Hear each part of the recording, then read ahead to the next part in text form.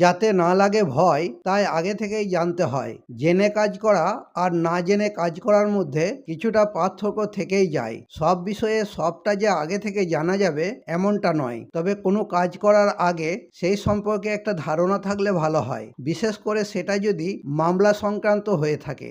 আর সেই মামলা যদি বধূ নির্যাতন, পারিবারিক হিংসা আইন বা ডিভোর্স সংক্রান্ত হয়ে থাকে। মিউচুয়াল ডিভোর্স নিয়ে আদালত কি কি প্রশ্ন করতে পারে তাই নিয়ে আমার একটি ভিডিওর লিঙ্ক ডেসক্রিপশনে দেওয়া আছে, চাইলে দেখে নিতে পারেন। পারিবারিক বিবাদ নিয়ে যেমন বধূ নির্যাতন মামলা হতে পারে, তেমনি পারিবারিক হিংসা আইনেও মামলা হতে পারে। প্রায় সব মামলার ক্ষেত্রেই প্রথম শুনানিতে আদালত কিছু প্রশ্ন করতে পারে। পারিবারিক হিংসা আইনে মামলা হলে আদালত কি কি প্রশ্ন করতে পারে তা জানতে হলে ভিডিওটি প্রথম থেকে শেষ অবধি অবশ্যই দেখতে থাকুন। Welcome back to my YouTube channel legal help and advice Bangla. আজকের এই ভিডিওতে জানাবো, স্ত্রী পারিবারিক হিংসা আইনে মামলা দায়ের করলে প্রথম শুনানিতে আদালত তাকে বা তার উকিলবাবুকে কি কি প্রশ্ন করতে পারে।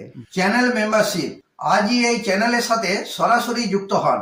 দেরি না করে চ্যানেলের মেম্বারশিপ গ্রহণ করুন। আপনার নিজের ও আপনার পরিবারের যে কোনো সমস্যার আইনি সমাধান জানাতে এই চ্যানেল সবসময়ের জন্য গুরুত্বপূর্ণ ভূমিকা পালন করবে। আমরা মেম্বারদের সমস্যা সমাধানের জন্য আলাদা ভিডিও বানিয়ে থাকি, যেগুলি কেবলমাত্র মেম্বারশিপ গ্রহণ করলেই দেখতে পাবেন।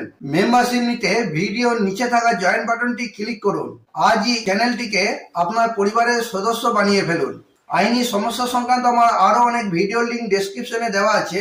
আপনার সমস্যা সম্পর্কিত কোনো ভিডিও থাকলে দেখে নিতে পারেন। ভিডিওটি ভালো লেগে থাকলে একটি লাইক দেবেন ও শেয়ার করবেন। চ্যানেলে নতুন হলে চ্যানেলটিকে অবশ্যই সাবস্ক্রাইব করে নেবেন।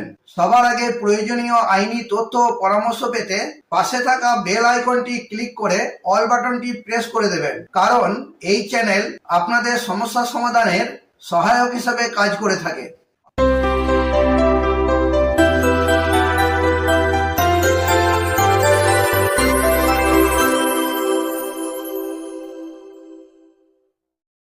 স্ত্রী পারিবারিক হিংসা আইনে মামলা দায়ের করলে প্রথম শুনানিতে আদালত তাকে বা তার উকিলবাবুকে কি কি প্রশ্ন করতে পারে। সবার আগে আদালত দাখিলকৃত পিটিশন ও তার সমর্থনে দেওয়া ডকুমেন্টসগুলি যাচাই করে। যাচাই করার পর আদালত যদি মনে করে পিটিশনারকে বা উকিলবাবুকে কোনো প্রশ্ন জিজ্ঞাসা করার প্রয়োজন নেই, তাহলে তিনি কোনো প্রশ্ন করবেন না। আবার আদালত যদি মনে করে কিছু প্রশ্ন জিজ্ঞাসা করার দরকার আছে, তাহলে যেসব প্রশ্ন জিজ্ঞাসা করতে পারেন সেগুলি হলো: 1. বিবাহের তারিখ। অনেক সময় মামলার পিটিশনে বিবাহের তারিখ উল্লেখ না থাকায় আদালত বিবাহের তারিখ জানতে চেয়ে প্রশ্ন করতে পারে, অথবা পিটিশনে উল্লিখিত তারিখের সাথে বিবাহের তারিখ মিল হচ্ছে কিনা তা যাচাই করার জন্য প্রশ্ন করতে পারে। 2. পৃথক থাকার সময়সীমা। পিটিশনে উল্লেখ থাকুক বা না থাকুক, আদালত কোন তারিখ থেকে পিটিশনার তার স্বামী ও পরিবারের থেকে আলাদা আছেন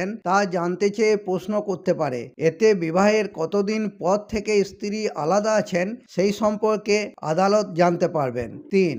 বসবাসের ঠিকানা। স্ত্রী বর্তমানে কোথায় থাকেন বা বসবাস করেন বা সেই সংক্রান্ত কোনো ডকুমেন্টস জমা করেছেন কিনা তা জানতে চেয়ে আদালত প্রশ্ন করতে পারে।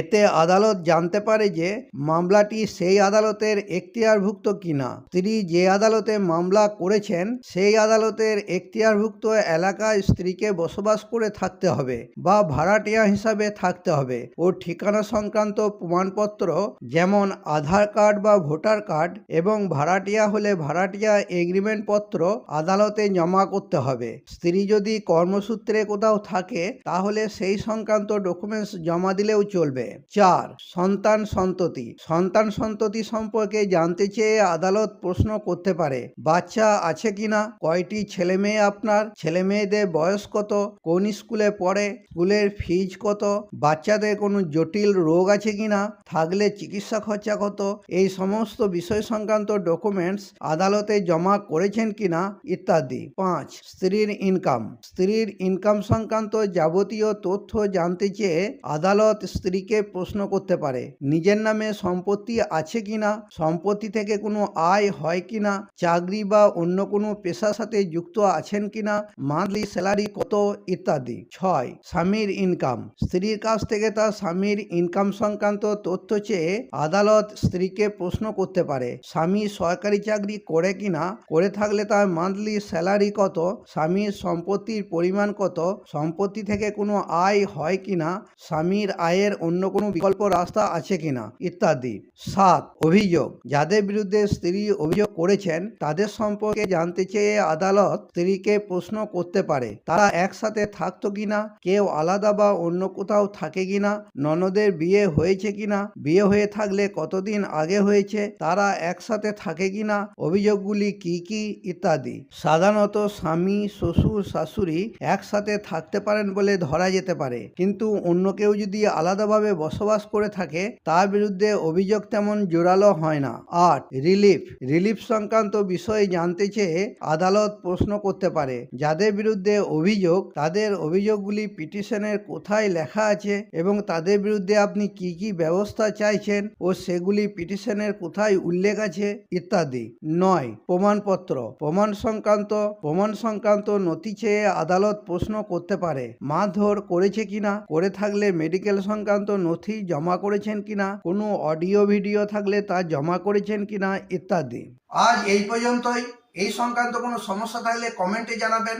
ভিডিওটি ভালো লেগে থাকলে সাবস্ক্রাইব করে দেবেন। Legal help and advice Bangla channel সর্বদা আপনাদের পাশে আছে।